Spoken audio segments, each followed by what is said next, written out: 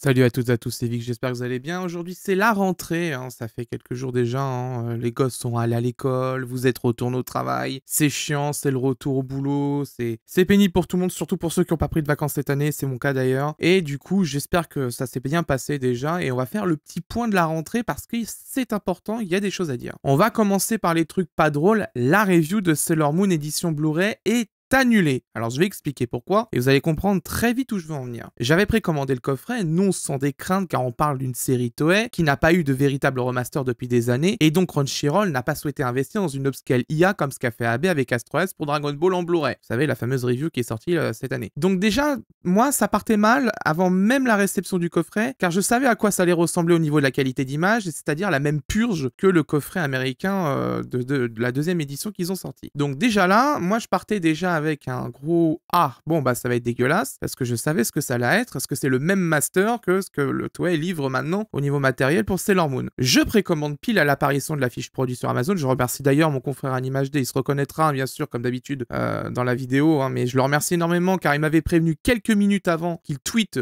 pour le début des précommandes. Comme ça j'ai pu le faire avant et pour être vraiment sûr sur le coup de sécuriser un coffret parce que le coup de le commander chez la Fnac, moi j'ai souvent des problèmes avec la Fnac. J'ai les coffrets qui arrivent défoncés, hein. Il y en a beaucoup qui ont eu Belle, par exemple, édition de 4K, qui ont reçu leur coffret défoncé, et j'en ai eu plein en DM qui m'ont montré des photos de tout ça, donc ça m'avait saoulé. Moi, Amazon, j'ai pas trop de problème là-dessus, donc j'avais préféré le prendre là-dessus. Je me dis, bon, je l'ai précommandé, de toute façon, j'ai été un des premiers à le faire.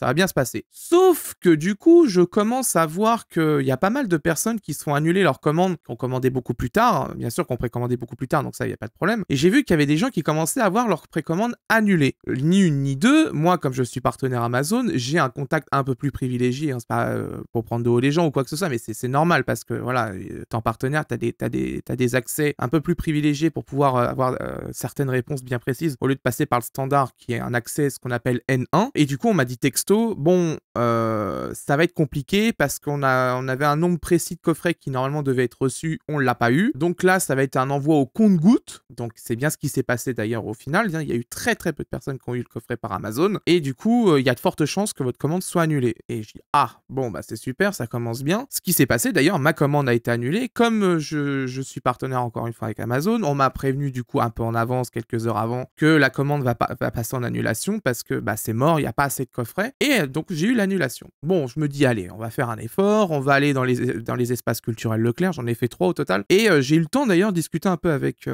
2 des vendeurs qui s'occupent d'ailleurs du rayon home vidéo. Et la réponse sur les 3 que j'ai fait m'ont dit, alors c'est le problème, c'est que nous on en a commandé 1, on en a eu 0. Donc certains en avaient commandé 1 ou 2, normalement ils devaient au moins recevoir 1, ils en ont eu 0. Bon, j'ai dit, bon, ça commence mal quand même, j'ai c'est la mort. Bon, je dis, on va aller au Cultura, 67 km de plus. Je téléphone quand même avant et bah ils m'ont dit très clairement on en a reçu un, mais ils me dit bah c'était déjà réservé donc de toute façon je peux pas vous le vendre. J'ai dit bon, au bout d'un moment moi j'en ai marre, ça commence à me casser les pieds, tant pis. J'ai dit ça sert à rien de perdre mon temps, de toute façon c'est une upscale bas de gamme, c'est ce que j'allais dire de toute façon en qualité vidéo, c'était sûr et certain. J'ai les captures d'écran du Blu-ray français et c'est exactement ce que je savais déjà depuis le moment de l'annonce. C'est l'upscale de Toei qui est dégueulasse, qui est ultra filtré avec du filtre de réduction de bruit, c'est ultra lissé, c'est pas beau, la colo est dégueulasse, ça tend vers le rouge et le rose parce que le denoiser est tellement violent que ça fait des dérives colorimétriques. Enfin bref, c'est pas une belle qualité d'image et c'est très loin de ce qu'on peut faire aujourd'hui avec l'IA si on veut pas investir dans un scan 16 mm au minimum sur la série. Voilà, j'ai envie de dire, aujourd'hui on voit ce qui est capable d'être fait par exemple chez AstroRes ou chez d'autres spécialistes de l'upscale par IA. Il y avait aucune raison de pas investir dedans. Bref, je me suis dit, tant pis, on arrête là, ça sert à rien que je perde mon temps. Et j'aime pas perdre mon temps parce que déjà les reviews, voilà, je le répète encore une fois, je le fais sur mon temps libre. Si en plus je dois perdre du temps parce que je peux pas avoir le coffret pour X ou Y raison, hein, ça arrive, hein, les livraisons, mais que le coffret derrière soit cool, bon, tant mieux, voilà, ça me motive un peu plus. Mais quand en plus le coffret, je sais que la qualité d'image va être dégueulasse, j'ai laissé, bon, c'est pas la peine, on va passer à autre chose. Il y a le coffret d'Evangelion qui va arriver, qui lui au moins a eu un vrai scan. On va vraiment parler des choses un peu plus sérieuses en série, avec des vrais remasters et des vraies pistes son et des choses beaucoup plus sérieuses parce que comme vous l'avez vu, le coffret d'Evangelion, c'est des gros bébés, les 3 coffrets, et j'ai pris les 3 justement pour pouvoir vous les présenter, et on va parler au moins de vraies choses et de vrais coffrets. Pas comme le truc de Sailor Moon qui déjà, dès le départ, le fait qu'ils mettent une case de rangement en édition collector 1000 exemplaires, c'est je pense là que ça a été le problème. 1000 exemplaires pour une série comme Sailor Moon, c'était trop peu. 2000, ça aurait été peut-être un peu plus raisonnable, et ça aurait contenté tout le monde et il y aurait eu moins de problèmes. Ça, encore une fois, c'est Crunchyroll qui a préféré faire 1000 exemplaires, et le système du ticket d'or, ce qui fait qu'aujourd'hui, c'est devenu un argument d'ailleurs pour les scalpers, pour revendre le coffret de 300 400 balles. Vous avez peut-être le ticket d'or dans le coffret, ça me fait très très rire d'ailleurs là-dessus. Bref, ça c'est mon avis, mais sincèrement, je trouve que ce lancement de Sailor Moon a été à mes yeux vraiment pas bon, et c'est à l'image de ce qui s'est passé l'année dernière avec Claymore et Jujutsu Kaisen, qui avec Arcades qui n'envoyait pas les coffrets correctement, on s'est retrouvé avec une partie de la France où il n'y avait pas de coffret, et d'autres où il y en avait la tonne comme pas possible. Donc voilà, c'est comme ça, hein, c'est Arcades, hein, c'est la gestion Arcades. Hein, j'ai discuté justement avec des vendeurs en l'espace culturel Leclerc, quand je leur ai dit c'est Arcades qui gère derrière, ils m'ont dit ah. Donc bon, ça veut tout dire quand même. Donc voilà, je suis vraiment désolé pour ceux qui attendaient la review de Sailor Moon, mais honnêtement, c'est pas la peine. Si vous avez 69 € à mettre, mettez-les ailleurs, parce que c'est pas avec ce coffret Blu-ray que vous allez avoir l'expérience vidéo la plus parfaite sur Sailor Moon. Gardez vos DVD, ça vaudra mieux le coup, et franchement, passez à autre chose. Si vous n'avez pas accès, vous pouvez pas avoir les DVD parce qu'ils sont beaucoup trop chers aujourd'hui. Oui, effectivement, peut-être investir dans l'édition Blu-ray standard quand elle sera en promo, pourquoi pas, mais honnêtement, n'achetez pas le coffret collector à 300 € comme on peut voir sur certaines annonces, hein, ou à 800 même. Hein. Non, ça vaut pas le coup du tout. Attendez, et puis c'est tout. Bon, on va passer à un des trucs un peu plus joyeux. Hein. Cette année, ça fait 6 ans du coup que je vais faire des reviews. Hein. C'est le 23 septembre, normalement, j'ai sorti la première review. C'était My Hero Academia saison 1. Et ça va faire du coup 6 ans que je publie des reviews de coffrets Blu-ray sur la chaîne pour vous partager avec vous, l'amour du support physique, des belles éditions, mes grosses déceptions. Il y en a eu beaucoup trop à mon goût d'ailleurs. Et surtout, ça fait 6 ans que vous me soutenez et vous n'imaginez pas à quel point c'est très important car ça me motive à continuer. Il y a des jours où vraiment, je vous le dis, hein, sincèrement, et mon confrère Animage D vous le dira sûrement dans les commentaires, plus d'une fois je suis fatigué quand j'ai des éditions Blu-ray qui sont vraiment catastrophiques. Ça me fatigue, que j'ai envie d'arrêter parce que j'en ai marre justement de voir ça et que ça me saoule et que je me dis que je devrais juste importer des coffrets japonais, comme ça on n'en parlerait plus. Et non, parce que j'essaie justement de me dire c'est important de soutenir le marché français, c'est important justement de montrer aux éditeurs qu'on est là, mais que surtout on attend des choses et qu'on veut de la qualité, qu'on veut des trucs solides et qu'on veut être traité correctement au niveau des coffrets, surtout au niveau de la qualité vidéo. Il y a encore beaucoup de choses à faire. Gunbuster, je suis désolé, mais là cette année c'est une déception parce que ce vautrait avec 30 mégabits par seconde alors que Discothèque avec 18 fait mieux, c'est quand même honteux. Et ça là-dessus, je l'ai dit, je le répète, moi ça me fatigue des fois, mais ce qui me fait tenir, c'est vous.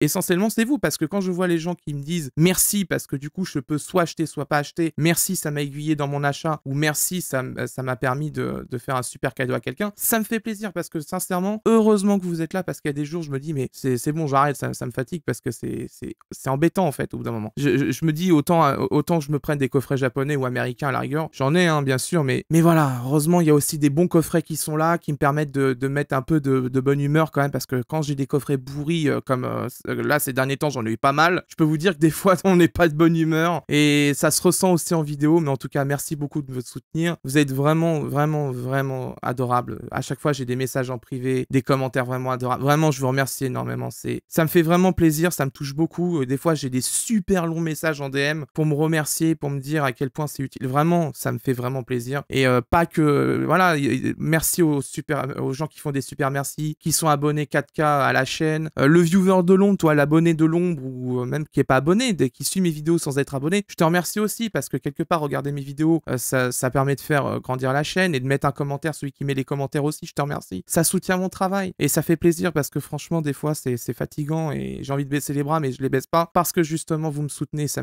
fait vraiment plaisir. Le deuxième point, c'est que je vais déménager en fin d'année. Ça fait quelques temps que je vous le dis depuis quelques vidéos. J'attendais de savoir si la vente de la maison que j'achète allait être préemptée par le SAFER, l'organisme qui gère les terres agricoles, etc. et la mairie de la commune où je souhaite m'installer. Ils avaient jusqu'au 1er août pour préempter. Le délai est dépassé et donc il n'y a pas eu de préemption. Je suis donc libre d'acheter la maison que je souhaite. Cela va me permettre d'avoir pas mal de place puisque je vais passer d'une maison de 3 pièces 65 m² à une 6 pièces 135 m². carrés. Je vous mets les plans en vidéo, vous allez voir, c'est les plans qui sont dans le DPE que j'ai récupéré, avec un garage, un sous-sol, 2000 mètres carrés de terrain. Je vais enfin avoir de la place pour bosser et donc avoir un vrai bureau avec toutes mes machines pour le boulot. J'aurai pas besoin de les ranger à chaque fois systématiquement. Ma collection DVD Blu-ray que je vais pouvoir enfin ranger comme j'ai envie. Je vais pouvoir continuer ma collection de mangas. Ça fait 4 ans que j'ai plus de place et que je pouvais plus acheter autant de tomes qu'avant. Là, je vais pouvoir reprendre. C'est un gros changement pour moi. Je vais enfin vivre tranquillement sans me soucier du manque de place de la maison et je vais surtout pouvoir stream parce que ça, c'était un des gros problèmes ces derniers temps. C'est que, bon, j'ai eu la fibre récemment, ça aurait pu se faire, mais justement, avec l'achat de la maison, je pouvais pas le faire parce que j'avais pas de temps. Mais quand tout sera fini, tout sera goupillé et que je serai installé, je vais pouvoir streamer. On va pouvoir enfin streamer tranquillement, discuter, etc.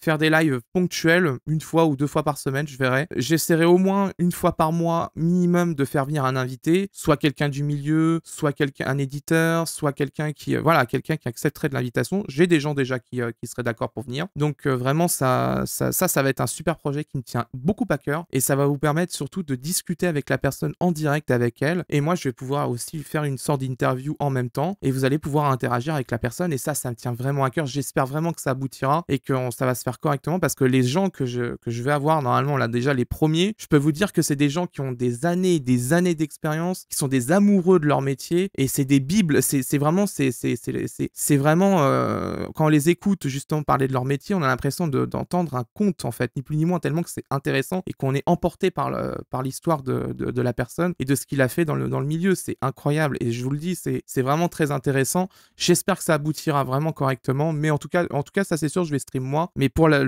celui où je veux faire venir des invités, j'espère que vraiment celui-là il aboutira parce que si ça se fait vraiment, vous allez vraiment apprécier le concept parce que vous allez pouvoir enfin poser des questions à des personnes qui sont vraiment au top du top dans le milieu et vous aurez les réponses à toutes vos questions et comme ça vous permettra de enfin mettre certaines réponses à des questions qui traînent depuis des années. Mais qui dit déménagement dit je vais devoir déplacer le setup pour faire où je suis actuellement pour faire les reviews, hein, donc c'est-à-dire un simple bureau avec un tapis de souris et 2 lumières où je suis très serré quand même pour le faire. Je vais devoir déplacer ce setup et surtout le refaire parce que je voudrais un peu plus de place quand même. Donc il y aura un moment où je vais pas pouvoir faire de review. Ça tombe mal parce que fin d'année, il y a pas mal de choses qui arrivent. Le coffret d'Evangelion, normalement, sera pas impacté par le retard. Par contre, le reste qui sort fin d'année, c'est-à-dire à partir d'octobre, novembre, décembre, là, ça va être plus compliqué parce que je vais être en pleine période de déménagement et donc je ne pourrai pas avoir le même rythme que j'ai maintenant. Parce que là, déjà, j'ai pu sortir Gunbuster et Tamako Market relativement rapidement, malgré que j'étais malade à cette période-là. Mais voilà, ça va être plus compliqué. Donc, il faudra être indulgent là-dessus. Je suis désolé, mais j'aurai pas d'autre choix que de devoir ralentir le rythme des reviews pour pouvoir déménager dans de bonnes conditions. Surtout, j'ai pas mal de choses à déplacer, des choses très fragiles et qui coûtent très cher en plus. Donc si je casse du matériel professionnel, je peux vous dire que je vais avoir un peu les boules. Donc il faut vraiment que je fasse attention et que je prenne le temps de le faire correctement. Ce qu'il en va de la survie de mon matériel en fait, tout simplement. Et le dernier point, c'est les reviews en elles-mêmes. Vous l'avez vu, Crunchyroll sort de plus en plus d'éditions communes américaines, françaises, allemandes. Ces éditions Blu-ray ne proposent pas grand-chose en contenu physique. C'est un simple boîtier amarré avec un étui carton, avec une cover, allemande en fond. Voilà, concrètement, c'est pas comme les éditions Vosteffer où il y avait des visuels intérieurs, où on pouvait voir des choses, etc. Puis c'était intéressant de montrer un concept sur des séries vraiment de niche, vraiment ultra de niche. Je me dis, est-ce que c'est valable de faire ces Blu-ray en question sur la chaîne YouTube? Est-ce qu'il vaudrait pas mieux les faire directement sur un blog avec quelques photos directement pour présenter le coffret vite fait et faire l'analyse complète du coffret à l'écrit? Ça me ferait gagner beaucoup de temps quand même là-dessus. Je sais que par contre certaines personnes sont habituées au format des vidéos, que vous regardez justement les vidéos souvent dans le métro et dans les transports en commun de manière générale, c'est souvent là que vous les regardez les reviews et donc je sais pas, j'attends vos avis là-dessus. J'espère que vous avez des idées parce que moi ces coffrets là je vous avoue qu'ils sont pas très très motivants. J'en ai reçu 3 là justement récemment, il va falloir que je m'en occupe et en plus c'est 3 séries pourries. C'est pas une question de goût, c'est vraiment, sont très mal réalisés en plus. Donc bon, j'attends de voir vos avis sur est-ce que je les fais quand même sur la chaîne YouTube ou je les déplace sur le futur blog que je suis en train de monter. Voilà, ça c'est à vous de voir. Vous me direz dans les commentaires ce que vous en pensez. Voilà, c'est tout pour moi. Je pense que c'était déjà pas mal, hein. On est quand même à plus de 15 minutes de vidéo quand même pour vous expliquer tout ce qui se passe en ce moment sur la chaîne. C'était long, hein, mais d'habitude j'aime pas faire des gros bilans comme ça, mais là j'ai pas eu le choix. Je vous souhaite une excellente rentrée à tous, parce que je sais qu'il y en a certains qui vont vont rentrer que la semaine prochaine parce qu'ils avaient pris leurs vacances plus tard et donc ils reprennent plus tard. Pour ceux qui sont